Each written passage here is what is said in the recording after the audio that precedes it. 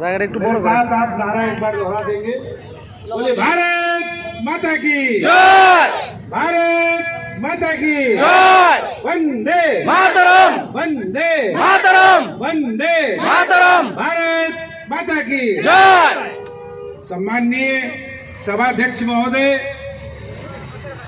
इस रैली के निमित्त इस पूरे त्रिपुरा प्रदेश के सभी जिलों से यहाँ पर उपस्थित आंगनबाड़ी की बहनें, आशा की बहनें, मिड डे मील के कार्यकर्ता, ट्रांसपोर्ट सेक्टर के मेरे बंधु एवं भगिनियों तथा अन्य सेक्टर से यहाँ पर उपस्थित कार्यकर्ता बंधुओं और मीडिया के मेरे साथियों, अभी एक लंबी रैली करके हम यहाँ पर रैली का समापन कर रहे हैं। मैं देख रहा था कि एक बहुत बड़ी भीड़ अपने मांगों को लेकर के जो है सड़कों पर बड़े उत्साह के साथ और नारे लगाते हुए ऐसा लगता था कि हमारी बहनें सरकार को चुनौती दे रही हैं कि शीघ्र हमारी मांगों को पूरा करो, नहीं तो आने वाले दिनों में हम विधानसभा का भी घेराव करने से पीछे नहीं रहेंगे। देते हुए हमारी बहनें 5-6 किलोमीटर का रास्ता तय करते हुए यहाँ पर आई है। एक बहुत बड़ी ऐतिहासिक रैली आज यहाँ इस धरती पर संपन्न हो रही है। मैं अपनी आंगनबाड़ी की बहनों को, आशा की बहनों को, ट्रांसपोर्ट के भाइयों को, बहनों को, राज्य कर्मचारी संघ के भाइयों को, बहनों को और बाकी तमाम यहाँ की जनता को और यहाँ के कार्यकर्ताओं को, यहाँ के मीडिया पर्सन को हृदय से धन्यवाद देता हूँ कि उन्होंने हमारी रैली को समर्थन देते हुए, हमारी मांगों को समर्थन देते हुए इस रैली को जो है सफल बनाया है। मित्रों, अगर आंगनबाड़ी की बात मैं करूं तो ध्यान में आएगा कि 1975 में आंगनबाड़ी की शुरुआत हुई और देश में 48 वर्ष बीत गए। आज 2023 चल रहा है। दुनिया में कोई भी ऐसी स्कीम नहीं है जो 48 वर्ष तक चलती है। स्कीम का मतलब होता है 1 वर्ष, 2 वर्ष, 3 वर्ष, 4 वर्ष, लेकिन दुनिया की कोई भी स्कीम ऐसी नहीं है जो 48 वर्षों तक चली हो।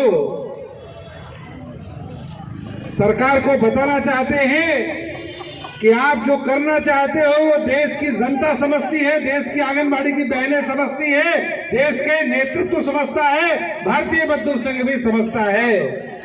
केवल और केवल आंगनबाड़ी की बहनों का शोषण होता रहे, इसलिए स्कीम को लगातार 5 साल के लिए, 3 साल के लिए बढ़ाते रहना और केवल मानधन दे करके जो है उनका काम समाप्त करना, उनको उनकी जो है इतिश्री कर देना, यह 48 वर्षों तक का ये नंगा खेल आपने खेला है।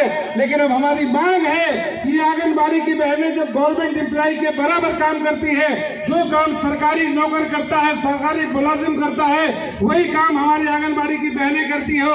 वो चाहे जनसंख्या की गणना हो, चाहे पशु की गणना हो, चाहे ओडीएफ का काम हो, चाहे बाकी सारे काम हो, ये सारे काम जो है हमारी आंगनबाड़ी की बहनें करती है। तो सरकारी मुलाजिम को सबसे कम जो जिसको चपरासी कहते हैं, डी ग्रेड कहते हैं, जिसमें 18,000 रुपए तनख्वाह मिलता है, कम से कम उतना तनख्वाह पाने की पात्रता अधिकार हमारी जो बहनें रखती है, इसलिए कम से कम जो है हमारी आंगनबाड़ी की बहनों को देना चाहिए। 9,000 रुपए सहायिका को देना चाहिए और मेरी आंगनबाड़ी को जो है और 9-18 के बीच में 14,000 रुपए देना चाहिए। ये कम से कम सरकार को इतना करनी चाहिए। आशा सोचती होगी मेरे बारे में कुछ बोली नहीं है, ऐसा नहीं है। आशा के लिए भी मेरे मन में बहुत बड़ी पीड़ा है। मैं माननीय प्रधानमंत्री जी की बड़ी इज्जत करता हूँ, मन से इज्जत करता हूँ, क्योंकि देश को वो पूरी दुनिया का सिरमौर बना रहे हैं। आज मेरा भारत देश विश्व में आगे बढ़ रहा है। लेकिन एक बात पर मुझे बड़ा दुख होता है और प्रधानमंत्री जी मेरे बड़े आदरणीय हैं, पूजनीय हैं, मेरे से बड़े हैं। केवल एक निवेदन करना चाहता हूं कि 2018 में आपने मेरी बहनों से कोई वायदा किया था। 2018 में आप 100 आंगनबाड़ी और 100 आशा की बहनों से मेरी उपस्थिति में और भारतीय मजदूर संघ के शीर्ष नेतृत्व की उपस्थिति में आपने मिलकर मेरी बहनों को संबोधन किया था। आपको उस संबोधन की याद दिला रहा हूं। केवल 5 साल बीत गए। इस 5 साल में महंगाई जो है कितनी बढ़ गई होगी? 2 गुना 3 गुना बढ़ गई होगी।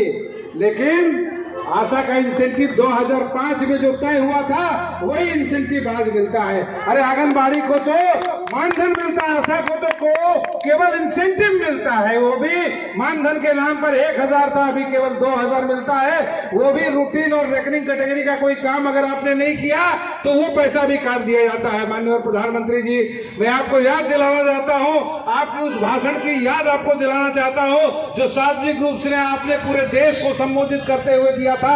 आपने कहा था कि आज से मैं आशा की बहनों का मानधन जो है दुगना करता हूं और इंसेंटिव दुगना करता हूं, लेकिन दुर्भाग्य है कि आपके नीचे बैठे हुए आपके चाटुकार आईएएस, उन आईएएस ने आपके भाषण को भी, आपके विषय को भी काटते हुए आपको जाकर गलत तरीके से समझा दिया कि इंसेंटिव डबल आपको नहीं बोलना था। इंसेंटिव डबल बोल के आपने गलत किया, इंसेंटिव डबल आपने बोल दिया, लेकिन डबल इंसेंटिव हम नहीं देंगे। केवल 1000 रुपया को हम केवल 2000 रुपया करेंगे, इंसेंटिव यथावत रहेगा। प्रधानमंत्री जी, आपने वायदा किया था, ठीक है आज नहीं कर पाए, लेकिन आने वाले दिनों में ये इंसेंटिव हम डबल करने वाले हैं।